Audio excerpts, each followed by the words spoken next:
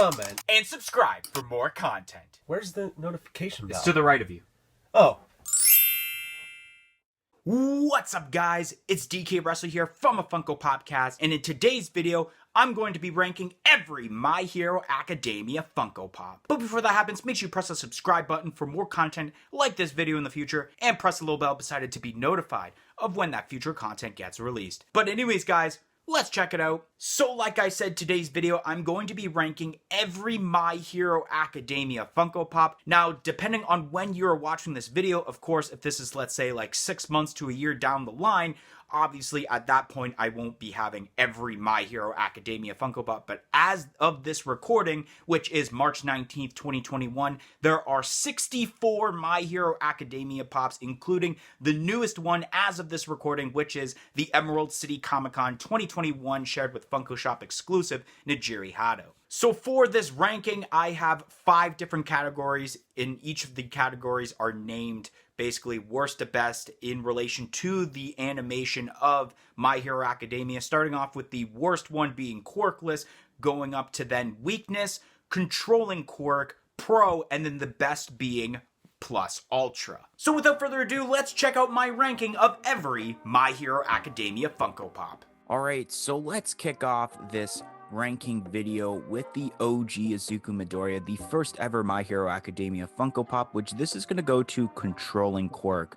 Reason being is that it's kind of in this normal like fist up pose. It's not really doing much, but it's still got quite a bit of detail because of Izuku Midoriya's hair. Then we got Ochako, the original Ochako common. I'm going to put this in front of Izuku Midoriya in the controlling quirk section because I just feel like the pose that she's doing, she's ready to use her quirk, which is zero gravity, I'm pretty sure it's called. And I think it is an excellent pose. I kind of wish she was kind of like a crisscross applesauce dealio where she's kind of up in the air, but it's still cool that she's in this pose anyways. Then we got the original All Might, which this is going to go to pro. I love All Might. I think the pose is awesome, and especially they added a mouth to it, which I feel like with All Might, he's one of those characters that needs a mouth for a Funko Pop because he basically smiles a lot when it comes to his character. And then we got ourselves Weakened All Might, the original one, which I'm a fan of the version of All Might better, but I feel like this pose right here is a little better than the pose that we got right here, even though I do love the overall design of Weakened All Might better, but I just feel like more fans would probably want the original one more.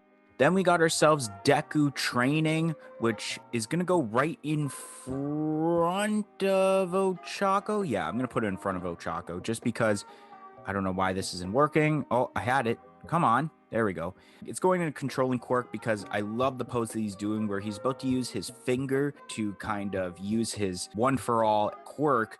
And it's showing in the Funko Pop, I'm pretty sure. Like, you can see his finger already broken from using it. So I love that attention to detail with that Funko Pop. Then we got Mr. Aizawa. Shota? I can't remember. Mr. Aizawa is going to go in front of that Deku in controlling quirk. I don't know why that's not working. I'll just do this.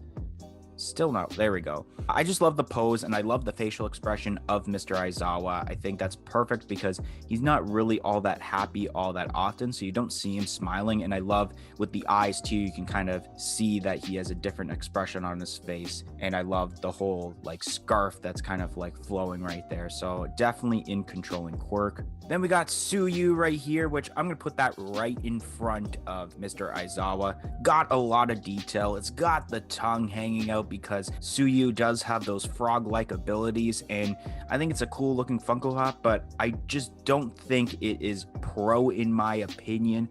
Then we got the original Todoroki, which this is going to plus ultra.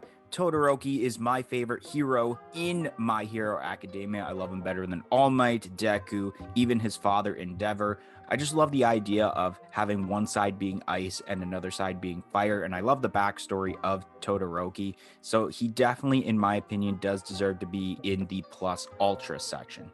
Then we got ourselves the Silver Age All Might, which this is going to go to pro, but behind the Weakened All Might, mainly because I love the Weakened All Might look. And we already see the OG All Might in this. So I feel like even though it does have a cooler pose though for the Silver Age All Might, I just thought that it just didn't make sense to me to put like basically the same version of All Might but different pose beside each other. So I thought I'd put the weakened All Might in front of the Silver Age because I'd rather get the weakened All Might than I would get that Silver Age pose. Then we got ourselves Deku with his mask, which this is going to go to controlling Quirk, but at the end. Mainly because I'm not really a fan of the mask. I like Izuku Midoriya better without a mask, honestly. I just feel like the mask is a little weird. But he does have a nice pose, though, where he's kind of crouched down like that. But I just feel like I'd rather get the original one more than I would get the masked version. Then we got All Might in his teacher outfit, which I'm going to put this actually in between the Aizawa and the training Deku, mainly because I do like All Might better than Izuku Midoriya, but I just feel like Aizawa's look in this Funko Pop is a little better than the All Might. Then we got ourselves Tokoyami, which this is going into Pro, but in between the Silver Age All Might and the Weakened All Might. I love Tokoyami. I feel like he's a really underrated character, and I just love the overall look that they've done with Tokoyami, and you got like the dark shadow beside him. I think it's really, really cool. Then we got ourselves Momo Yayorozu, which this is going to go, where am I putting this? I'm going to say in between Aizawa and All Might. Mainly because I'm not really a fan of Momo. I like Aizawa better, but the design is better than the All Might, the 3 Dekus, and the Ochako, in my opinion. It's got lots of detail, especially with the hair. Then we got Ejiro Kirishimi, which this is going to go right in front of Momo, just because I like this character better than Momo, but I do like Aizawa.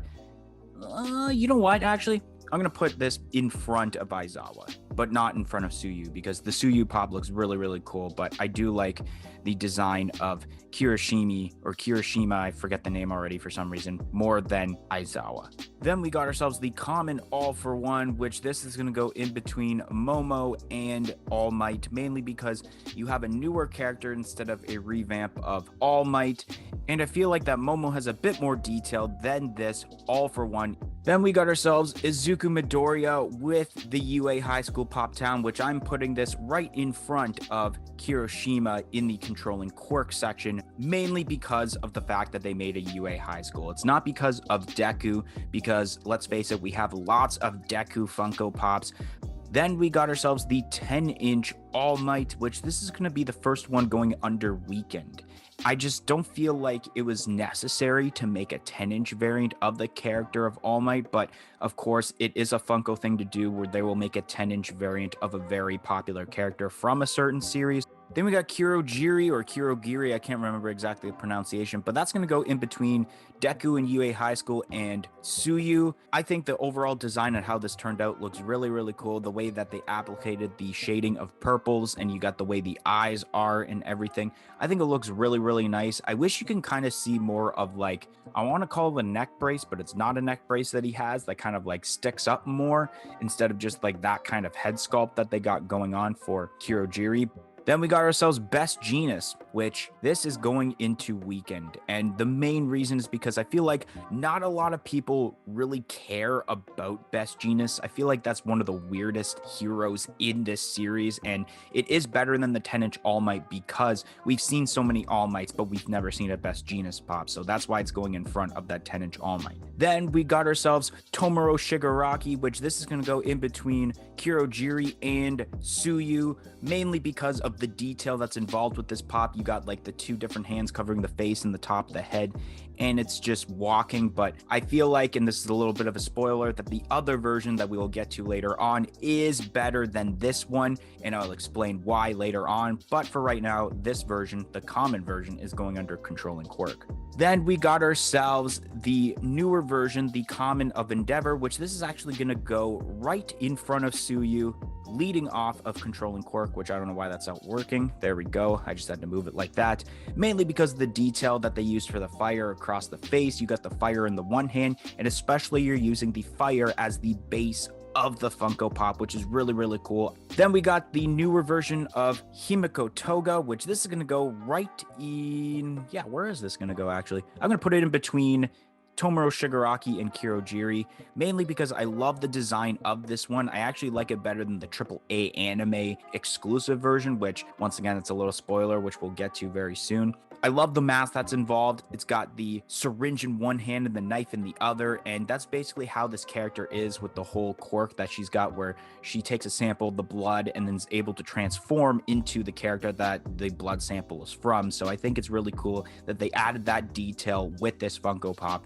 Then we got ourselves the common variant of Mina Ishido, which I'm actually going to put this in front of Tomura Shigaraki, mainly because there's quite a bit of detail for this, especially with the hair, and you got the acid that's coming out of her hands as part of the Funko Pop, and especially as a part of the base too. So I feel like it deserved to be right there. Then we got ourselves Overhaul, which I am putting this in between Momo Yayorozu and the All for One. And this was very difficult for me to do because I originally was going to put this under Weekend, but I feel like though that there's a lot of people who are happy that we got an Overhaul character, but personally, I'm not the biggest fan of the Overhaul character, even though it has an insane quirk throughout the series. Then we got ourselves the Deku in school outfit, which this is going to go right at the beginning of Weekend, mainly because we've already seen a version of the Deku in the school outfit where you get the U8 Pop Town with it. Then we got ourselves Present Mike, which this is going into Pro. Am I putting it in Pro?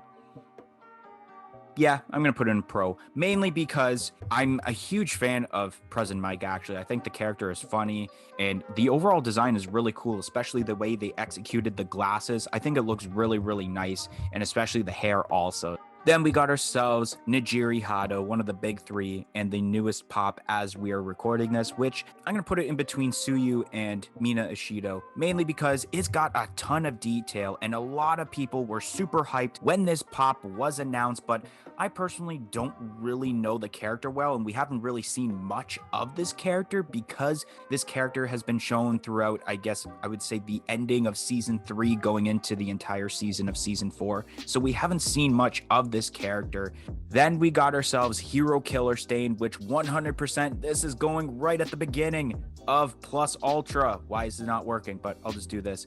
It is going right at the beginning, and I highly doubt that any of the Funko Pops are going to be surpassing this because this is an excellent mold of a character. Even people who weren't fans of My Hero Academia bought this character when it came out because of how detailed it was with the hair, the bandana. You got the tongue sticking out and the way he's holding his big swords there, and they're using the bandana that he has as a base, which is so cool in detail. Then we got ourselves Dabi, which I'm going to put this in Plus Ultra, but I'm not exactly sure where I'm putting it, in front or behind Todoroki.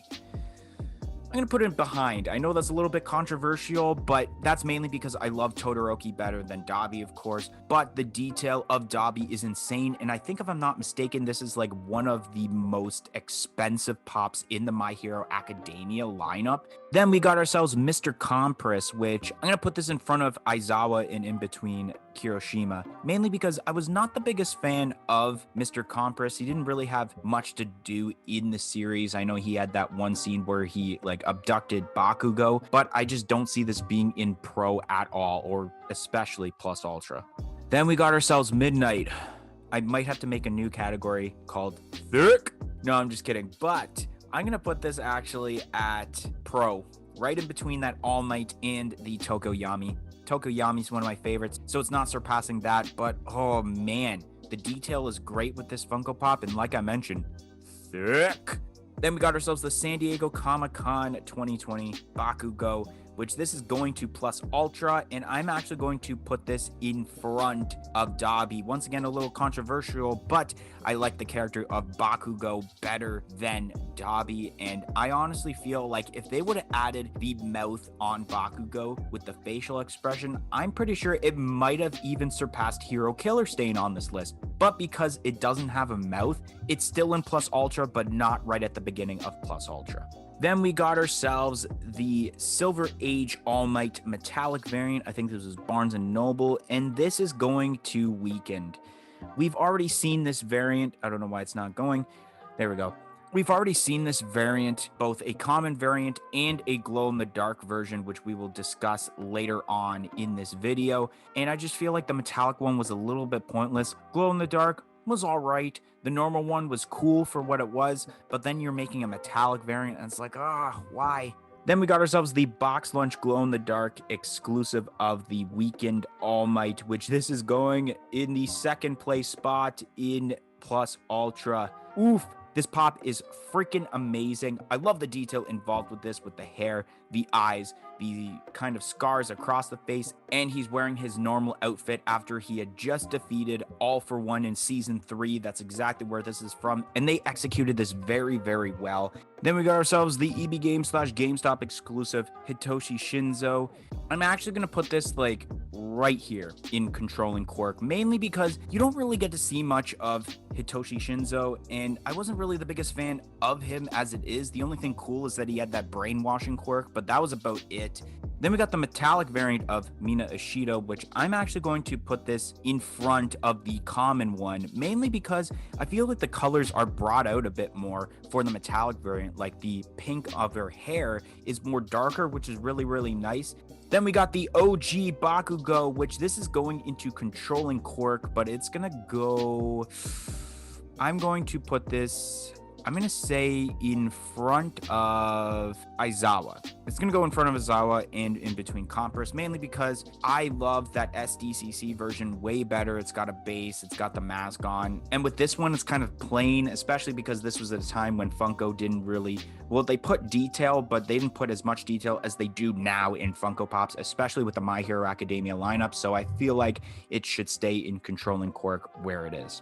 Then we got Tenya Ida, which actually, if I'm not mistaken, this is the most expensive common Funko Pop in the My Hero Academia lineup. And I'm actually going to put this in between All For One and Overhaul, mainly because I feel like he looks better when he is Ingenium, which of course will be the last thing that we talk about. But I feel like it would have been better if Tenya Ida was in his school outfit, because I feel like that's more of Tenya Ida instead of having him like half Tenya Ida and then half Ingenium, if you know what I'm saying. Then we got ourselves the Battle Damaged Deku, which this is going to go right at the end of Controlling Quirk. It almost went into Weekend, but I just feel like cool. You have the half mask and then you have half of his like face with the hair, but I just feel like where's the scuffs to show that he was actually in battle? Because he looks like he could have just worn this as a brand new mask and he's ready to battle instead of he's finished a battle and half of his mask is torn off. Then we got ourselves the San Diego Comic-Con Ochako, which this is going to go into Controlling Quirk, but it's going to go in between Momo and Overhaul, mainly because I kind of like the mask better than the unmasked one, even though like you got the unmasked one that's a little lower on the list, so you would think they'd be beside each other, but I like Ochako better than Overhaul, but I think the detail of Momo is better than this version. Then we got ourselves the Aizawa with his hero costume, which is going to go in between the UA High School Pop Town and Kirojiri, mainly because I love his whole quirk where he kind of temporarily erases a quirk for as long as he can concentrate on that person. And I just like the way it was executed, even though it's kind of like the same thing as the common one where it's the same body sculpt. It's just I like how the hair is kind of flowing the way it is with this one. Then we got Deku in the onesie. This was a part of that mystery box that you would have gotten at EB Games / GameStop. Honestly, I'm going to put this right beside Tenya. I feel like I'd rather get this than that All For One. Then we got the EB Games / GameStop Endeavor.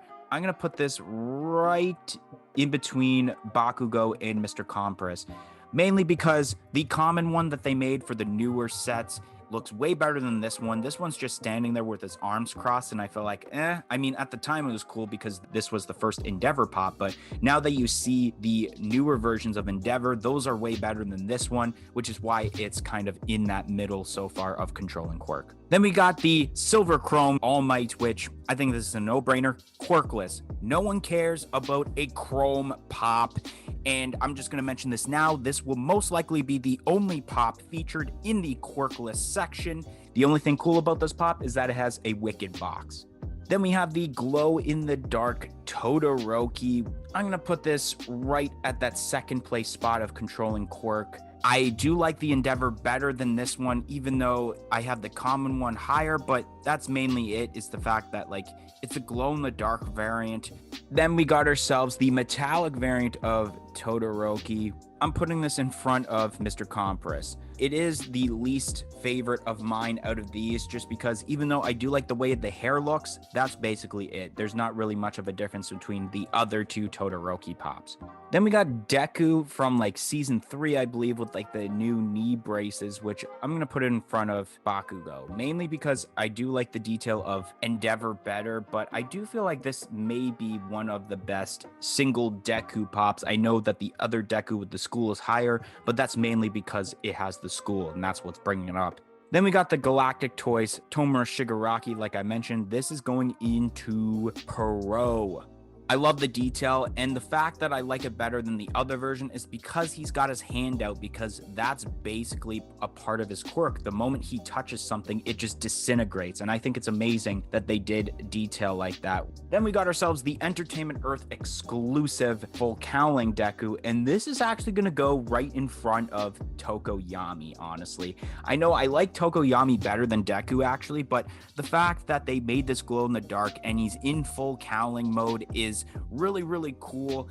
I know that there are some people that didn't like the way the glow turned out, especially for the energy around him where it's blue, which it's understandable because I've mentioned in past videos that blue isn't the greatest color glow in the dark, but I think that red X and then some of the red that's around the hand also really makes up for it, and it's a really cool glow in the dark variant. Definitely the best Deku pop. Then we got ourselves the metallic variant of the like full outfit Deku, which this is going to go under weakened. I'm not a fan of it, honestly. I wasn't a fan of the original one, and then the fact they made it a metallic variant just makes it a little worse in my opinion. Then we got ourselves the box lunch exclusive metallic Kiroshima, which this is going to go right in front of the original one, just because of the fact that the quirk that Kiroshima has is basically like that rock-like ability where he turns his body into like more of a rock form, and I think it kind of makes sense actually for the metallic aspect. Then we got the Pop and Tea bundle of All Might, the glow-in-the-dark variant. This is going to go in front of Overhaul and in between that Ochako, mainly because I like it better than Overhaul. Like I mentioned probably a few times already, I'm not the biggest fan of Overhaul. Then we got the AAA anime exclusive Himiko Toga, which this is going to go, I don't want to say right beside here, but I feel like it should go at least in front of UA High. So it's going to go in between the Aizawa and the UA High. It's got the blush on her face, which is really, really cool. It's kind of showing like the innocent side of Himiko Toga, even though she is just cruel and evil and a crazy word that I can't say right now.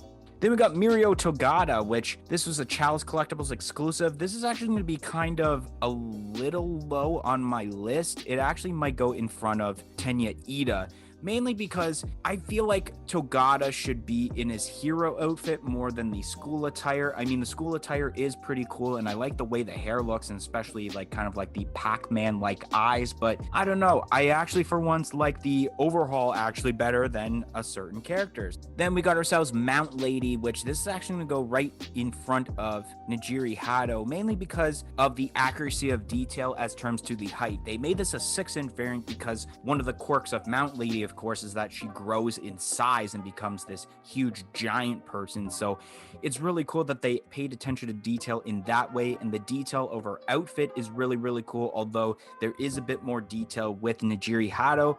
Then we got the Big Apple Collectibles All for One with the Energy, which this is going to go in front of All Might in between Tomura Shigaraki. I do feel like the Shigaraki has a bit more detail, but this is way better than the common All for One for sure. Then we got the Fugitive Toys All for One, which I am putting this at plus ultra in between Bakugo and Dabi, mainly because I feel like there is more detail than the Dabi has, but I like the characters that are in front of All for One, honestly. Then we got the Hot Topic exclusive Mei Hatsume, which I'm going to put this in between Endeavor and that Deku, mainly because it's got quite a bit of detail, and I enjoyed the character really well. This is the character I'm pretty sure that like creates everyone's outfits, so it's cool they made a Funko Pop of her. Then we got ourselves the Glow-in-the-Dark Endeavor Amazon exclusive, and I am going to put this in front of All for One.